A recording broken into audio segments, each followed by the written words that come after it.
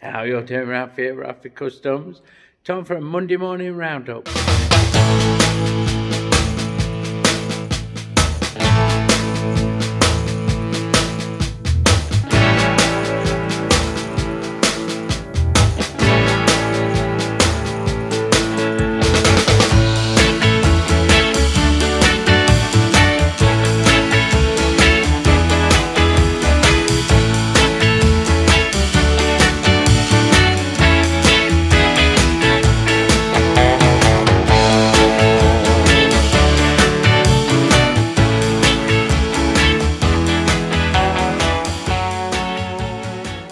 First up, mail call.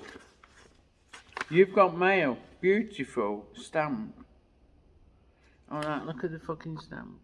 Beautiful rose. Flower type. Because it's from Texas. It's from my mate Harold over at the ARW. Used to be the Amateur Redneck Workshop. Now he's ARW. Here you go, Ralph. One old and two new stickers. So, changed the channel to ARW. He abbreviated it from the Amateur Redneck Workshop just to ARW. Go and check out his channel. Fucking brilliant. They'll definitely take a pride of place along with the others. Also, also in the mail call are these three chuck jaws for the big lathe from the Harrison. Now these are external jaws. I'll take you over and explain it. I've been struggling to find these. So let's go over the plotter path. There's a car-sized space been made, which we're going to. Yes, the car. Yes, again. No, big deal. Yes, we fixed it. Right, normally, this is left over from last night. When you grip stuff in the 3-jaw, you use these internal jaws.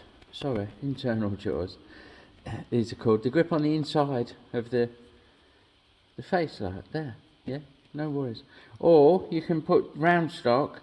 If it's a hole, if it's a tube, you can wedge it on these, on the outside of these jaws. The problem comes when you've got a big bit of round, like say that big bit over there, look. Yeah. You can't open these out enough. Make this hole down the middle big enough to grip the fucking stuff without these flying out everywhere. So enter these, and these sit in like that. They sit that way in. So you can wind it out and grip on this face on the outside like that. External jaws. Fucking brilliant. Really hard to find. I thought my chuck was metric because the lathe is, but it's not. It's a 6 1/8, which shares its components, if you like, with a 6-inch one. Right on the changeover, according to the serial and part number on it. So they're for the 6-inch, and I'm hoping they fit. I'll try and get them in, and I'll show you what I mean. So there you go. Now we can grip larger stock on the outside of the piece, instead of trying to grip it by spreading the old jaws toward the inside, and that left us too much jaw poking out. Plus you're gripping on the inside of the part. Now things get bigger when they get hot, so when you're working it and it expands, you're losing your grip a little bit, and it's not unusual. Oh, what's this? It's not unusual, you know. It's not unusual for parts to fucking start going walkabouts when they get really hot, if you're gripping them internally. So I'm really pleased that I've managed to source them, and the fit. First time I've tried them was now. So fucking hallelujah, brothers and sisters. Right, the elephant in the room is this space. After a very pleasant Sunday morning, relaxing at home, and then a trip to meet some family, see my mum and my son and my sister, son-in-law, one of my grandkids, blah blah blah. Driving back, my missus is like, there's something wrong with the steering on the car, and there fucking was. If you check back on my vlogs and look at the car troubles I've had, I've fucking done everything to it. And the fucking power steering was leaking and it had lost its fluid. There's two sides to the rack, obviously, steering rack. One you can get to, one you fucking can't. So me and my missus spent 2.5, 3 hours yesterday under the car, dropping the bottom subframe, the front subframe, sorry. So the engine's nearly out to get to this thing, and then I had to make a fucking sealing washer over on the lathe, and then put it all back together and sort it all out. There you fucking go. But the job's a good one. I've drove it in this morning. It's raining. Hence we're using cars and not motorcycles. There it is, the fucker. Yeah. That's all I've done for you. Treat this place like a garage, you know. Here's the two Triumph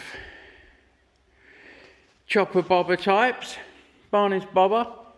Adine's chopper. We shall be getting on with the sorting the brakes out on that hopefully this week. But this one's done. Check out the series, you'll see it. Fucking lovely, lovely, lovely. Some great pictures up on my socials. And it's got its own playlist. Triumph bobber.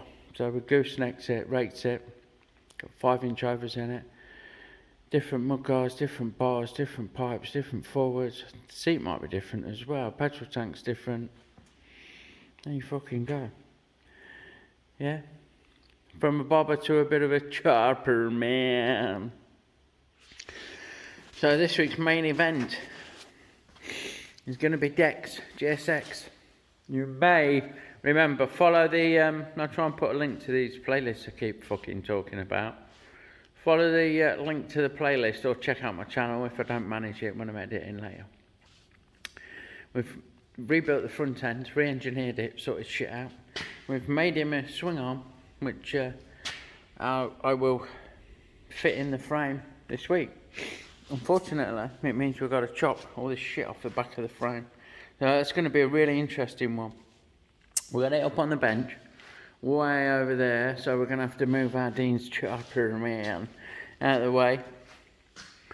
So we can get a bit of a clear passage. Yeah. We can get it through the Khyber Pass. We'll get it over there, we'll get it on the bench, we'll chop the fucking arse end off it, basically. And go from there. That's about all we can fucking do. So stay tuned. We'll endeavour to move that into place and get going on that. And we will do it in the old video. We'll video it as we're doing it. It's for our fucking Graham's XR. It's got fucking... You never told me I had a puncher. I wanted to move it yesterday with all the shit that's going on. Fucking baptised as flat as a pancake. Took 2 of us to push it. So that needs pumping up and shoving out the way here for now, because we're not getting on it immediately. There's no room in this side, look. Harry the bastard's keeping guard. That's Graham's featherbed frame. In for more work. Not that I've worked on it before, but I mean it's more work to do. And so on and so forth. I need to get cracking on. Oh, well, you'll see. Now, part of doing this, our Dex fat back end, involves using my jig, bench jig. Unfortunately, when I inherited it, it had been stored in less than favourable conditions. And the rear upright, as much as I'd like to keep it, is fucked. So I'm having to digress and make a new one. So I'll cut out a big fuck off piece of 12mm plate. It's going to be the base for it, the upright. And now we're just going to mill the ends of this tube. Well, box section we call it. True. I only need to mill the bottom true. The top don't matter, but I'll do it anyway. And what I will do then, I'll put a little nick in it halfway, dead centre, so when I bolt it down I can put a plumb line through there and run it from the headstock back dead centre. So we've digressed. We're doing a little bit of flame cutting, a little bit of milling, a little bit of drilling to get things ready to rock and roll on that.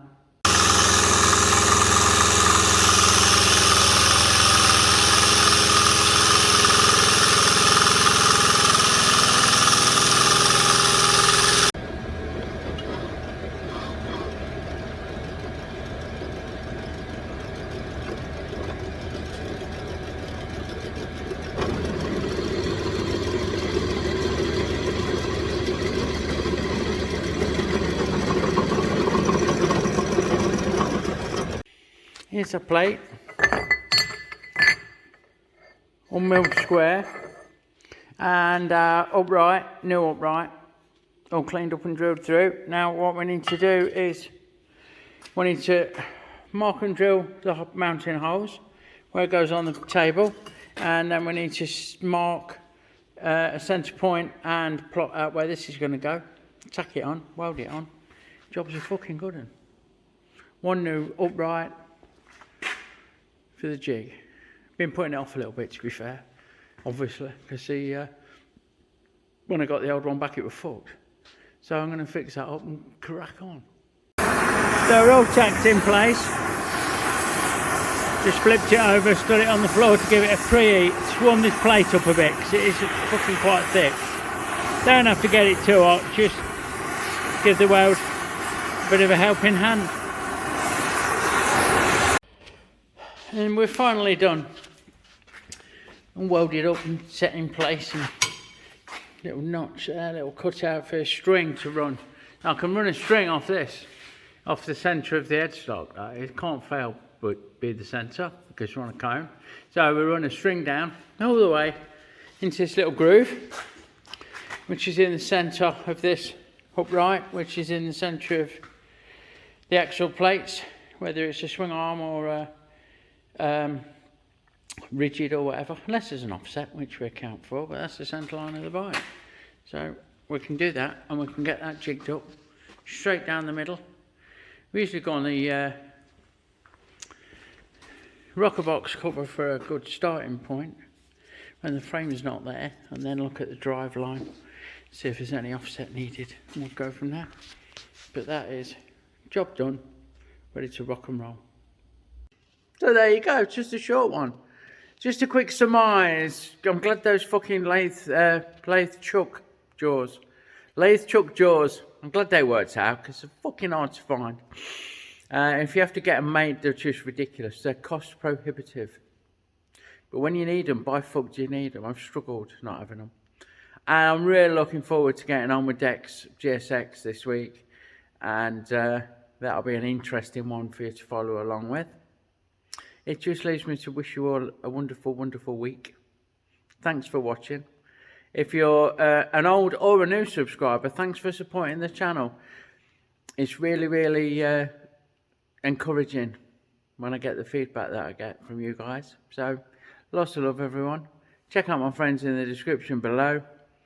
Have a great one. See you next time.